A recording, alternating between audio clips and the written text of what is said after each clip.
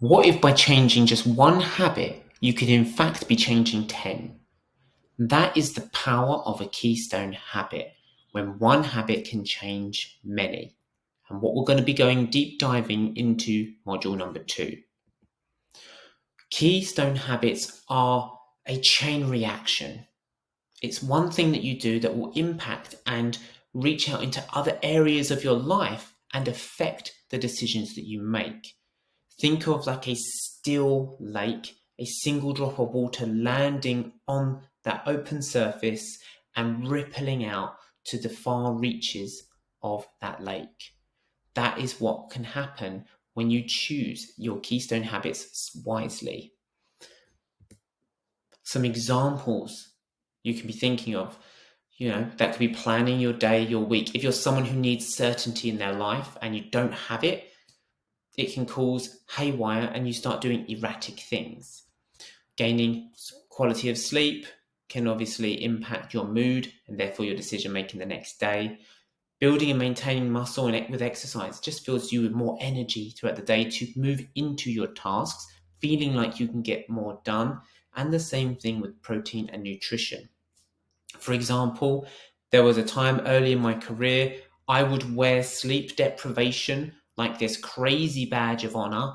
I would think, I'd happily tell people, oh, I only had 4 hours sleep last night. You do know. I'm so productive. I'm going to be an absolute millionaire.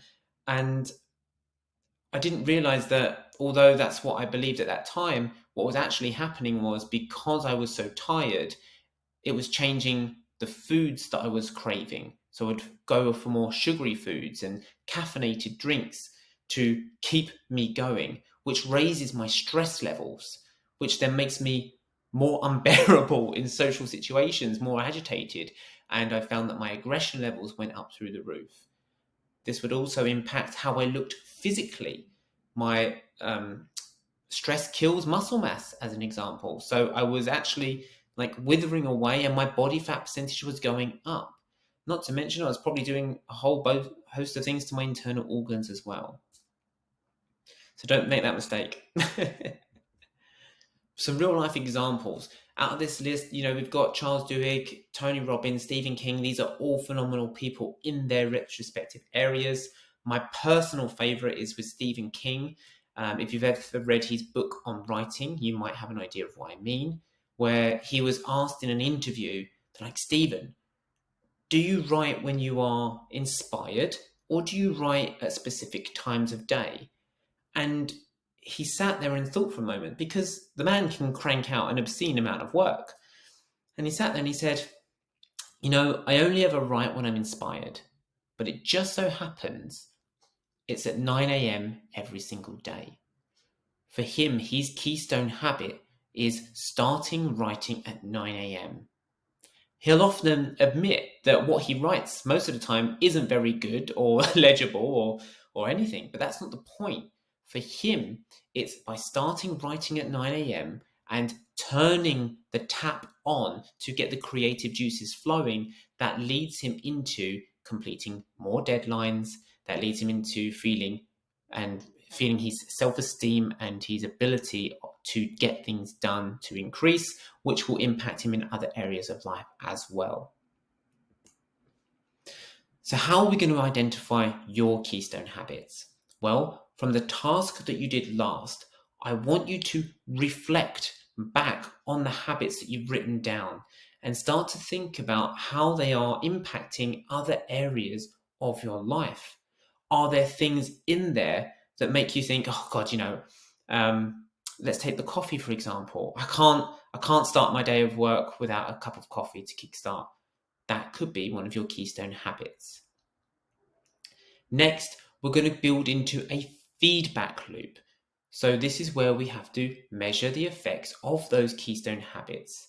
This will help you stay motivated and accountable, because remember, what gets measured gets managed. Once we have your feedback loop, we can start looking at replacing maybe some negative keystone habits, because keystone habits can have a positive or a negative effect on your life. we can start looking at replacing them and then testing it out. And the final element that would really help is having a friend, a coach, a mentor, or an accountability group you can be a part of, like the Pioneers of Personal Progress is a good example, that can hold you accountable and to offer further insights that you might be more blind to seeing. Once you have that information, we can start developing strategies for positive Keystone habit changes. The first place to begin is by starting small. Too often, people start with these grand ideas. You see this January every year, like, oh, new year, new me, and the gym memberships go through the roof. Everyone's there for the first 2 weeks. They're working out 4, 5, 6 times a week. They're changing their diets. They're doing all sorts of things. It's too much. You're trying to spin too many plates too soon. When changing these habits, especially Keystone habits, it's more important to start small and having a 2-minute rule for them. So, for example, if you can't do it in 2 minutes, it's not a great place to start. So, take journaling, for example. If journaling is a practice you want every single day, instead of writing out, I'm going to journal 2,000 words every day, start with, I'm going to write a single sentence every day. That's it. Remember, you're building that voting system. You are building that habit. You need to get a few wins in you before you can start to expand on it. Too many people try to optimize before they have habitualized. After that, after you've got that small habit, start creating triggers so you can associate those Keystone habits with a routine that you do all day. This is where you start habit stacking. So if there's something that you do all day, for example, making that cup of coffee, again, you have a cup of coffee every morning. When I have a cup of coffee or while I'm waiting for the kettle to boil, I'm writing out my sentence in my journal. That's it. One follows on to the other. Like I said, make sure you are held accountable. Someone is there checking up on you and you are holding yourself to a standard. Celebrate those small wins.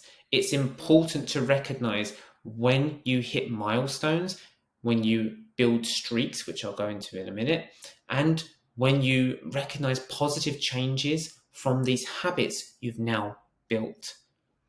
You can use the Seinfeld method to help you with this. Now, Jerry Seinfeld, probably one of the greatest comedians of all time, had this style where he would have a big calendar on his wall, and every day he had to write one joke. That was all he had to do, just write one joke. Didn't have to be a good joke, just a joke. And he would put a cross on that calendar. And then his goal became to never break the streak. So every day he would just put that cross, put that cross, put that cross. Now, I like that method, but for someone when you're starting a new habit, I like to follow with a bit more flexibility and have the rule of 2. So it's basically you can miss a habit the next day, but never 2 days in a row. So you mark one down because we all have bad days from time to time. So just build that in, especially in the beginning. We're all fallible. We're going to make mistakes, and that's okay. It's that we learn to do better.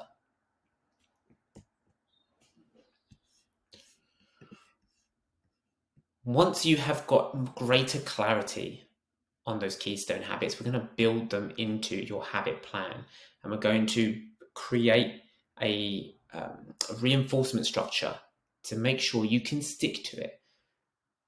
The best way to do this is by first identifying what habit you're going to work with, then choose one habit to work on, just one at a time.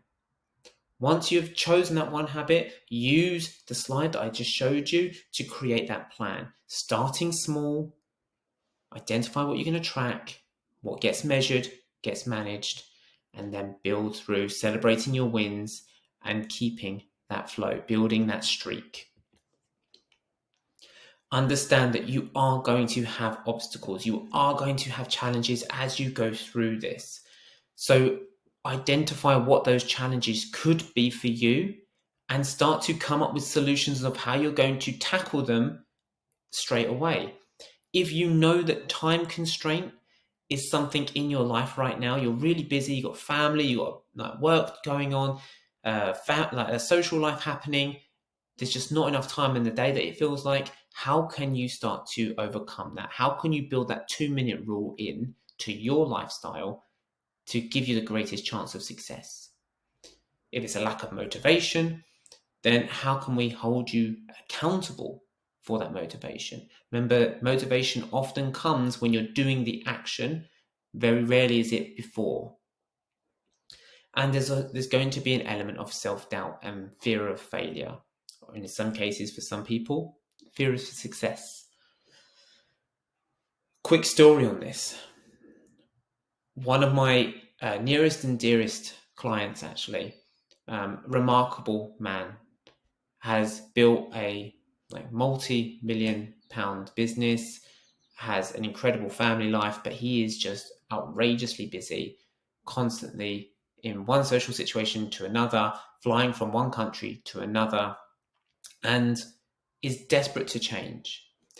Will always tell me, Tom, I really want to try, just whatever it is, I can't seem to find time to slot things in. And I just said to him, plain and simple, that you only don't have time for the things you don't want to do. You only don't have time for the things you don't want to do. If it's important to you, schedule it in and make it a priority. You make time for things you want. You don't find time for things you want. So with that being said, get started today.